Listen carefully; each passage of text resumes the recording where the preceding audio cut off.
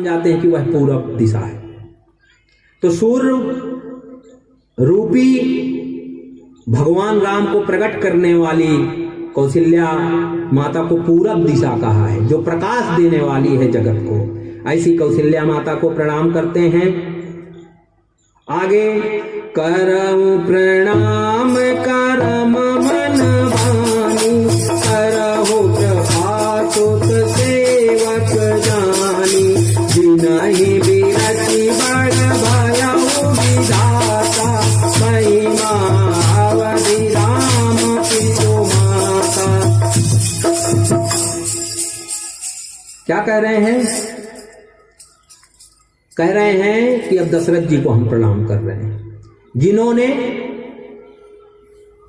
दशरथ जी, आप लोगों ने अगर वाल्मीकि रामायण सुनी होगी, जब उनके कोई संतान नहीं थी तो दशरथ जी को चिंता व्यापी। देखो भगवान कहां प्रकट होगा, याद रखना। दशरथ जी को चिंता व्यापी कि बताओ, जब एक दिन उन्होंने देखा कि हमारे बाल कान के अब कैसे हो गए हैं, सफेद हो गए हैं। आजकल तो क्या पता पैदा होते भी सफेद हो सकते हैं बाल, लेकिन उस युग में एक मर्यादा थी, सब काम अपने समय पे होता था। बाल सफेद हो गए मतलब कि हमारा बुढ़ापा आ गया। और राजा का एक बहुत बड़ा कर्तव्य होता है प्रजा के लिए। क्या? राजा का कर्तव्य होता है कि प्रजा उसकी संतान की तरह है। तो जब कोई राजा अपनी गद्दी में वृद्ध होने पर, इंद्रियां शिथिल होने पर निर्वाहन करने में जब असमर्थ होता है, तो उससे पहले उसका कर्तव्य है कि ऐसे हाथों में अपने प्रजा को दे जो उसका ठीक ढंग से निर्वहन कर सके, भरण पोषण कर सके, रक्षा कर सके। दशरथ जी को यह चिंता नहीं हुई हमारे पुत्र नहीं है, समझना। दशरथ जी कोई सामान्य व्यक्ति नहीं है। दशरथ जी को यह चिंता नहीं है कि मेरे संतान नहीं है, पर यह चिंता है अब हम बुढ़ापा आ गया और इस प्रजा का पालन करने के लिए, इनकी भरण पोषण और रक्षा के लिए अभी तक हमने कोई उत्तराधिकारी तैयार नहीं किया। मैं जाऊंगा, इनका भरण पोषण ठीक से होगा कि नहीं, कौन आएगा, कैसा होगा, चिंता व्याप गई। देखो मूल में क्या है? मूल में परमार्थ है। परमार्थ माने परोपकार है, दूसरों के कल्याण की भावना है, दूसरों के हित की भावना है। याद रखना, भगवान निजी स्वार्थ से तुम हवन करते रह जाओ, पूरे जीवन यज्ञ करते रह जाओ, अनुष्ठान करते रह जाओ, एक जीवन नहीं कई जीवन लगेंगे, भगवान मिलेंगे कि नहीं हम नहीं जानते, लेकिन परमार्थ में लग जाओ तुम।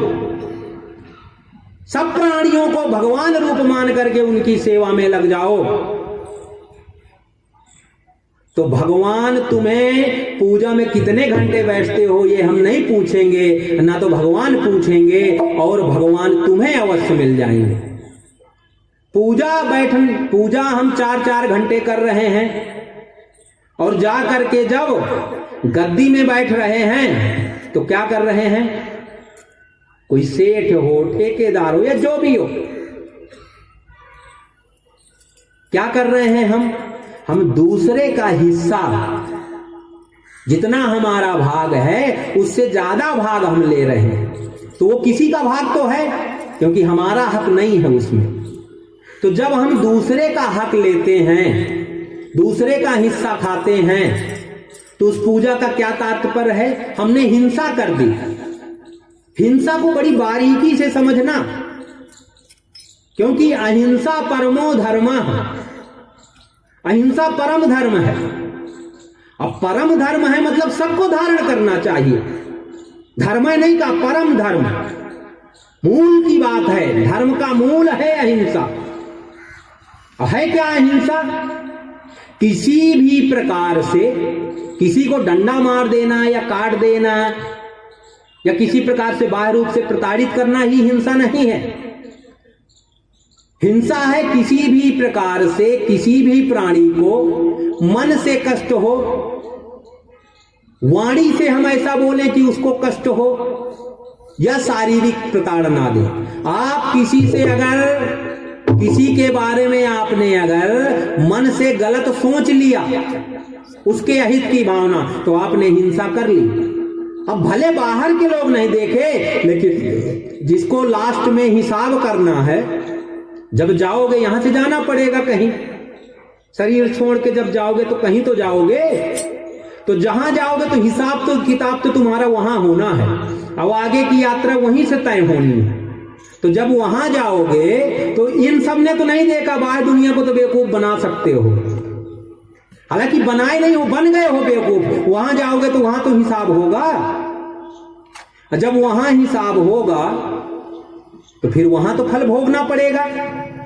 तो इसलिए तुमने मन से भी अगर गलत किसी के विषय में सोच लिया, जिससे किसी भी प्राणी का अहित है, तुमने हिंसा कर दिया, किसी का हिस्सा तुमने ले लिया, हिंसा कर दी। फिर बहुत बारीक है, हर कर्म में हिंसा बैठती है, जो भी कर्म आप कर रहे हैं। तो कुल मिलाकर के ऐसा कोई भी कार्य न करें जिससे किसी भी प्राणी को कष्ट हो, और दूसरे दीन दुखी प्राणी जो कमजोर हैं, गिरे हुए हैं बेचारे, किसी भी प्रकार से कष्ट में हैं, उनको ऊपर उठाने का प्रयास करना, ये अहिंसा है। इसलिए दशरथ जी को चिंता व्यापी कि कैसे प्रजा का पालन होगा, कौन करेगा इनका पालन, ठीक ढंग से करेगा कि नहीं। तो जब यह चिंता व्यापी तो मूल में था क्या, परमार्थ। और तब वह गुरु जी के पास गए और सात्विक तरीके से, वैदिक तरीके से, धर्म का आश्रय लेते हुए उन्होंने प्रयास किया। आजकल हम कैसे प्रयास करते हैं, श्रीमद् भागवत में भी किसी ने प्रयास किया था। कैसा प्रयास किया था आप लोग जानते हैं, धुंधकारी की कथा भागवत बहुत सुनते हैं। धुंधकारी को प्रकट करने के लिए भी उसके पिता ने कितने पापड़ बेले, जंगल चला गया, साधु के पास जाके कह रहा है आत्महत्या कर दूंगा, वो कह रहे हैं अमर कर दूंगा मैं तुझे, कहते नहीं नहीं पुत्र नहीं दोगे तो मैं तो आत्महत्या कर लूंगा। तो अब अपने मुंह से कह रहा है, संत की प्रसादी व्यर्थ तो जाती नहीं है। वो गोकर्ण हुए, लेकिन पुत्र के चक्कर में ही उसको फिर कितना क्लेश हुआ, उसकी पत्नी को आत्महत्या कर, माने नाना प्रकार से। तो जबरदस्ती अधर्म के तरीके से अगर तुम कुछ पाना चाहोगे तो वो कोई भी वस्तु हो तुम्हें सुखी नहीं कर सकती है। अधर्म के मार्ग से प्राप्त की हुई वस्तु से अगर कोई सोचता है सुख मिलेगा तो कदापि नहीं मिल सकता है, क्योंकि अधर्म तो दुख का ही हेतु है और धर्म ही सुख का हेतु है। तो दशरथ जी धर्म के जो तरीके बताए गए हैं उस मार्ग का अवलंबन करते हैं, गुरु की शरण में जाते हैं, यज्ञ होता है और यज्ञ से प्रकट किए हैं भगवान राम को। और मिलने के बाद, प्रकट होने के बाद क्या हुआ है, बंदौ अवध बुआल सत प्रेम जेहि राम पद सुरत दीन दयाल प्रिय तनु तृण यो परिहर्यो। क्या कह रहे हैं, अवध के राजा को प्रणाम कर रहे हैं। कैसा प्रणाम कर रहे हैं, क्यों कर रहे हैं, कह रहे हैं भगवान के प्रेमी है। कैसे प्रेमी है, बोले ऐसे वैसे प्रेमी नहीं है, बिछड़ते ही अपने प्राणों को, अपनी आत्मा को इस तरह राम जी से जोड़ दिए, प्राप्त होने के बाद, मिल जाने के बाद, कि राम जी गए तो शरीर तो यहीं रखा और प्राणों और आत्मा के साथ राम जी के ही पास चले गए। ऐसे प्रेमी दशरथ जी को प्रणाम करते हैं। आगे प्रणवं परिजन सहित विदेहु जाहि राम पद गोड़ सनेहु जोग भोग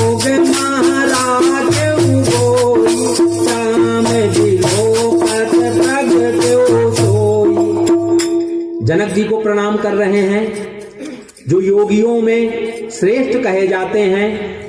अगर गृहस्थ में किसी का उदाहरण कोई देता है अपने बचने के लिए, बहुत से लोग हैं जो साधना ठीक से नहीं करना चाहते लेकिन सिद्ध बनना चाहते हैं, विषय भोगों का भी सेवन करना चाहते हैं और आत्मवेत्ता भी बन जाना चाहते हैं, तो उनके लिए बहुत सरल और सहज उदाहरण किसका?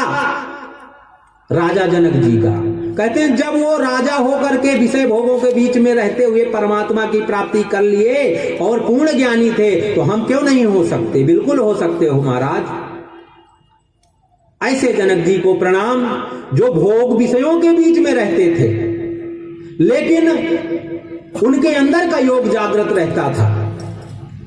बहुत लोगों को ईर्ष्या होती थी कि कैसे ये राजा है, संपूर्ण भोग विषय इसके पास हैं, फिर ये योगी कैसे हो सकता है। बहुत लोगों को, संत भेषधारियों को ईर्ष्या होती थी जो महामंडलेश्वर बनना चाहते थे, जो अपने को उनसे सिद्ध कहना चाहते। कहां वो गृहस्थ, कहां हम सन्यासी। वो परीक्षण करने के लिए चले गए कि तुम विषयी भोगे हमसे श्रेष्ठ कैसे हो सकते हो। बोले आइए महाराज पधारिए।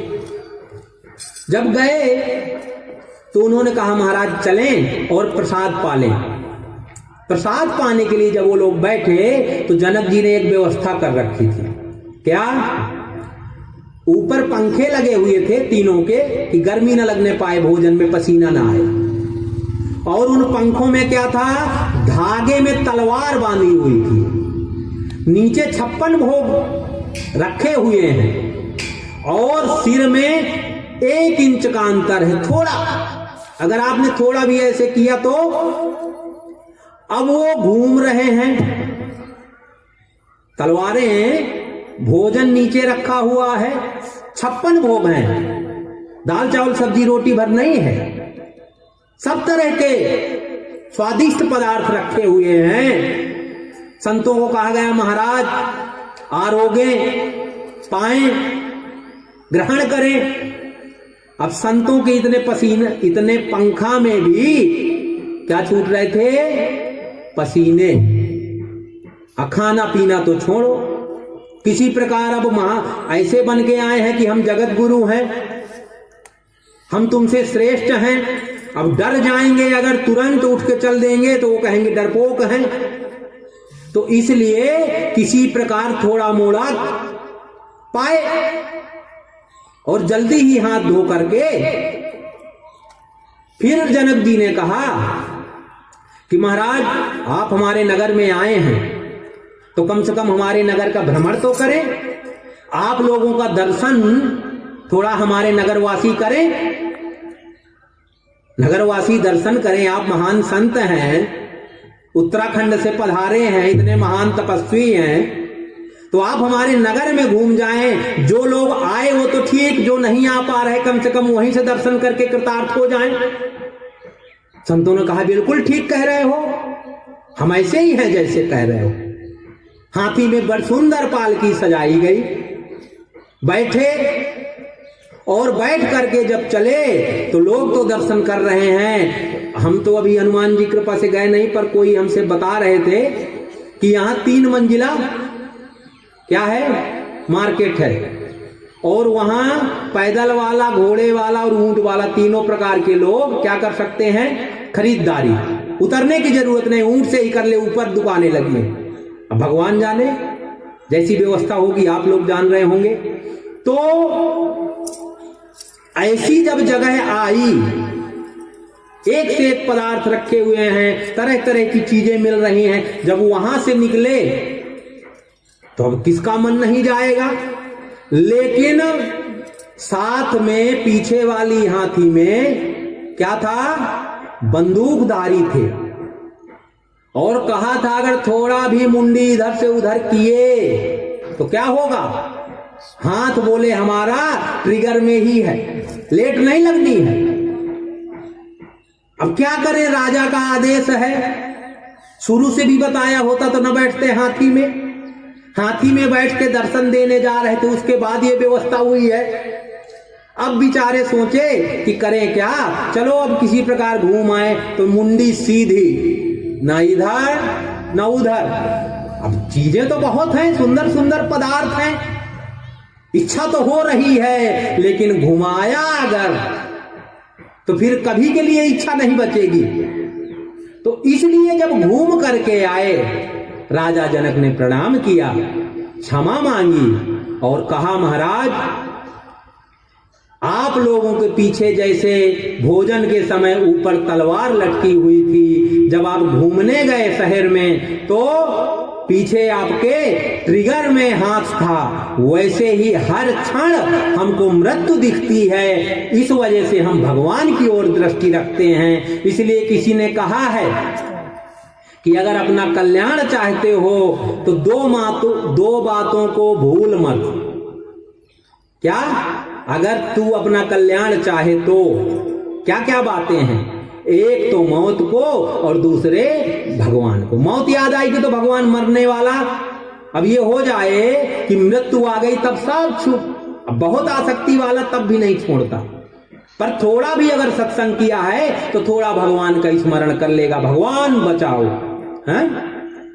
तो राजा जनक जी हर समय याद रखते थे कि मृत्यु तो काल मेरे ऊपर हर समय मंडरा रहा है, किस समय आदेश आ जाए पता नहीं है। इसलिए बोले मैं रहता तो हूं यहां, भगवान की आज्ञा मान करके सेवा भी करता हूं प्रजा की, लेकिन मृत्यु मुझे याद है कि इस शरीर से मेरा कोई संबंध नहीं, तो इन विषय भोगों से क्या संबंध है।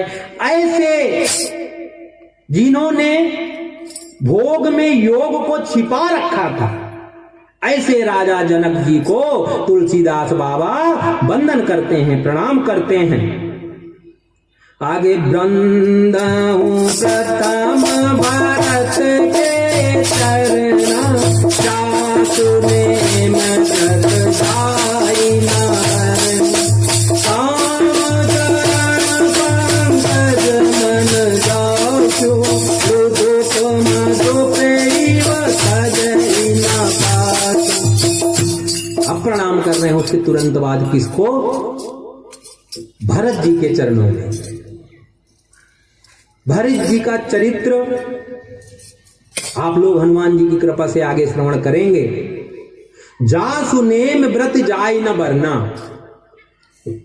बोले उनके नेम को, उनका जो नियम था भगवान के प्रेम का, भगवान के भक्ति का, और जो व्रत ले रखा था उन्होंने आजीवन भगवान के चरणों का सेवन करने का, बोले वर्णन नहीं किया जा सकता है। क्योंकि वर्णन तो वो हो सकता है ना भाई, चारों में से एक होगा, अर्थ धर्म काम मोक्ष, यहां तक तो गति है वर्णन करने की, लेकिन कहते हैं जिसको चारों चीज नहीं चाहिए उसके बारे में अब उसके ऊपर क्या होगा। बोले तुलसीदास बाबा कहते हैं हम वर्णन नहीं कर सकते। क्यों? कौन है भरत जी? जब प्रयागराज पहुंचे, भगवान राम के पास जा रहे हैं, तीर्थराज प्रयाग ने कहा मांगो क्या चाहिए। बोले वैसे तो हम क्षत्रिय हैं, मांगना हमारा काम नहीं, लेकिन फिर भी आप श्रेष्ठ हैं, महान हैं, पूजनीय हैं, अहम भी नहीं है, प्रसाद रूप में आप जो देंगे हम स्वीकार करेंगे। लेकिन अगर मुझसे कह ही रहे हैं तो मैं अपना अगर निवेदन करूं। बोले बिल्कुल, क्या चाहिए बोलो। बोले धर्म न अर्थ न काम रुचि, गति न चाहो निर्वाण। क्या कह रहे हैं, क्या चाहिए? कहते न धर्म चाहिए, न अर्थ चाहिए, न काम चाहिए, ये तीनों तो छोड़ दो, इसी में सब लपटाए हुए हैं, सबको यही चाहिए। लेकिन कहते हैं तीनों के बाद भी कुछ है जिसके लिए लोग सब छोड़ करके और कई जन्मों तक क्या करते हैं, निर्वाण मुक्ति के लिए, मोक्ष के लिए प्रयत्न करते हैं।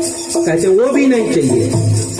अरे बाबा जब तुमको वो भी नहीं चाहिए तो अब हम क्या दे सकते हैं। बोले आप बोले हैं कि मांगो, अगर दे सकते हैं तो दो। क्या? धर्म न अर्थ न काम रुचि, गति न चाहो निर्वाण।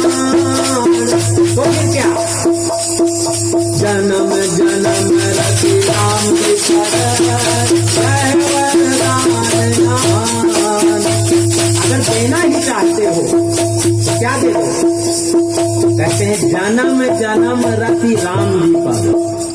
देखो मोक्ष में क्या चाहिए? जन्म नहीं चाहिए। मुक्ति वाला क्या कहता है? कहता जन्म नहीं चाहिए। भरत जी कहते हैं एक नहीं, एक बार नहीं बोले, कितने भी जन्म दे दें कोई दिक्कत नहीं है, लेकिन क्या दें? कहते हैं राम जी के चरणों का अनुराग। देखो बंधन में कौन है और मुक्ति में कौन है, तुलसीदास बाबा जगह जगह बता रहे हैं, बार बार बता रहे हैं। केवल संसार की आसक्ति ही बंधन का कारण है, और वही आसक्ति अगर भगवान की ओर हो जाए, वही ममता भगवान के चरणों में हो जाए, वही अनुराग वही प्रेम भगवान के चरणों में हो जाए, तो क्या होगा? मुक्त ही हो। बंधन क्या है? हे प्रभु हम तो कहते हैं हजारों वर्ष रखना, पर एक काम करना, न जीने की अभिलाषा है न मरने की। रखो भी तो दिक्कत नहीं है, ले भी चलो तो दिक्कत नहीं है, पर यहां रखो चाहे वहां पर एक काम करना। क्या? हे प्रभु हमारे चित्त को, हमारे मन को, हमारे बुद्धि को क्या करना? अपने चरणों से लगा के रखना। और हमें हजारों जन्म दो, हमें नहीं चाहिए मुक्ति। बंधन ही क्या है? मुक्त ही है। विकारों में जिसका दिमाग लगा हुआ है, जिसकी बुद्धि लगी हुई, जिसका मन वो बंधा हुआ है, वो दुखी है।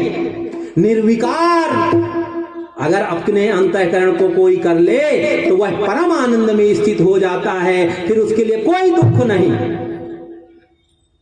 तो भरत जी ऐसे हैं, कहते हैं प्रभु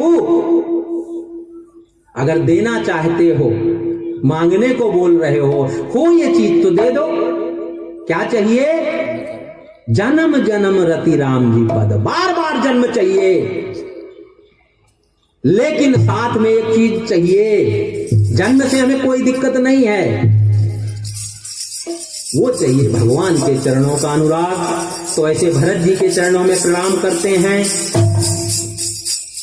जिनका मन कैसा हो रखा है, जिनका हृदय कैसा हो रखा है, भंवरे की तरह हो रखा है। भगवान के चरण कमलों में ही आसपास ही रहता है, वहीं गुंजायमान करता रहता है, उसी का रसास्वादन करता है। ऐसे भरत जी के चरणों में प्रणाम।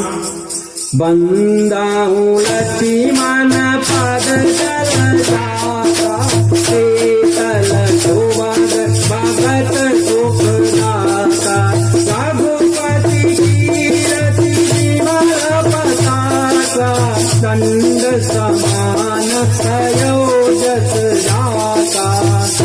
लखन जी को प्रणाम करते हैं। लखन जी के बारे में अब कहना क्या, जिसने परमात्मा के लिए क्या नहीं त्याग दिया। देखो लखन भैया जब भगवान वनवास की ओर जाना था, आज्ञा मिली, पिता ने तो अपने मुंह से नहीं कहा, लेकिन माता कैकेयी ने जब कहा, राम जी तैयार हुए, तो क्या कहा लखन भैया ने? कहा देखो लखन भैया धर्म में स्थित पुरुष हैं, धर्म में स्थित हैं, धर्म रूप ही हैं। मोह ममता दूर दूर तक नहीं है, आसक्ति कहीं दूर दूर तक नहीं है। देखो भगवान प्राप्ति करनी है अगर तो क्या करना होगा? सबकी ममता छोड़नी होगी। लखन जी ने कहा कि पिताजी का दिमाग लगता है ठीक नहीं है, अब उनको रिटायर कर देना चाहिए और आप बैठिए, आप ही राजा बनने योग्य हैं, प्रजा का पालन आप ही कर सकते हैं। देखो पिता में मोह नहीं, धर्म में। राम जैसा राजा, उससे बड़ा कल्याण कौन कर सकता है प्रजा का? लखन जी कहते हैं कि बिल्कुल पिता के खिलाफ हैं हम इसमें, क्योंकि धर्म का त्याग अगर कर दे तो वह कोई भी हो, उसका साथ देने वाला धर्मवान व्यक्ति नहीं होता। उसके कल्याण के लिए उपाय कर सकता है। अगर प्रेम है तो कल्याण के लिए उपाय करो ना, लेकिन उसका साथ मत दो अधर्म में, उसको और प्रमोट मत करो। तुलसीदास बाबा कहते हैं लखन जी कैसे हैं?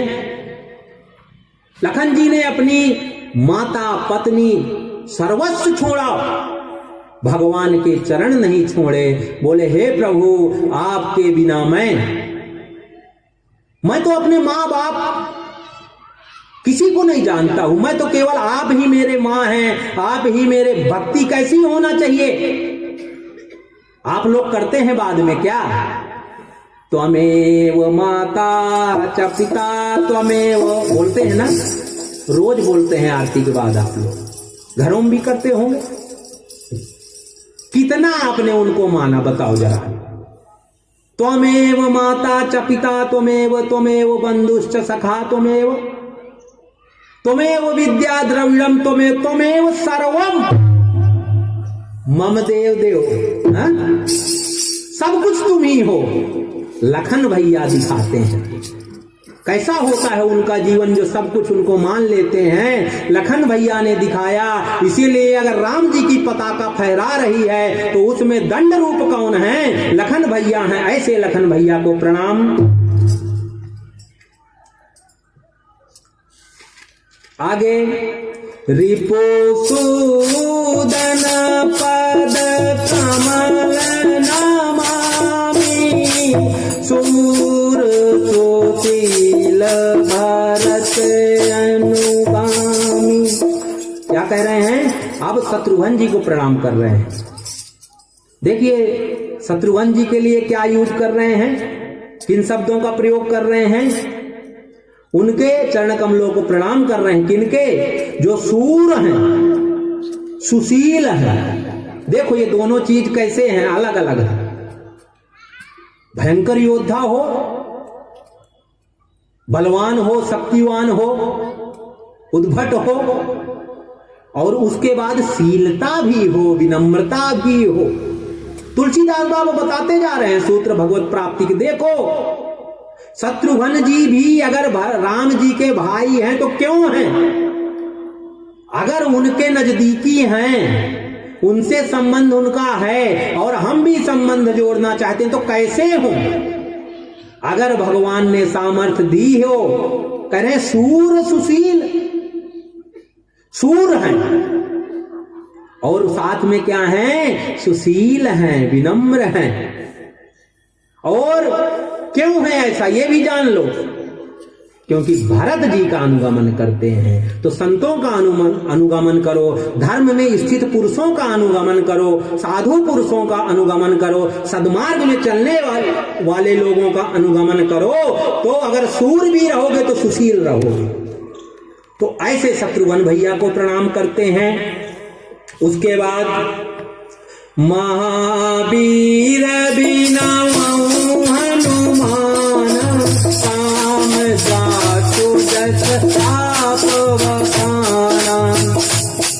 कह रहे हैं। अब किसको प्रणाम कर रहे हैं? महावीर बिनवऊ हनुमान। हनुमान जी की विनय कर रहे हैं। कैसे हनुमान जी, क्या इनकी विशेषता है? कहते हैं हम नहीं कह सकते।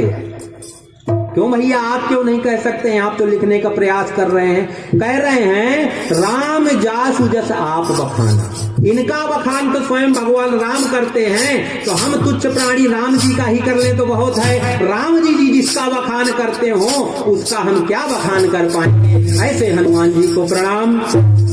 प्रणव पवन कुमार ज्ञान घन दासो राम कर चाप धरो। हनुमान जी को पुनः प्रणाम कर रहे हैं, जो ज्ञान के भंडार हैं और दुष्ट अज्ञान का नाश कर देने वाले हैं। जिनके हृदय में ऐसा क्यों है? तुलसीदास बाबा बिल्कुल कैसे देखो एक एक चीज क्लियर करते जा रहे हैं। ऐसा इसलिए है, हमेशा ज्ञान में हनुमान जी इसलिए स्थित हैं और अज्ञान रूपी घोर अंधकार को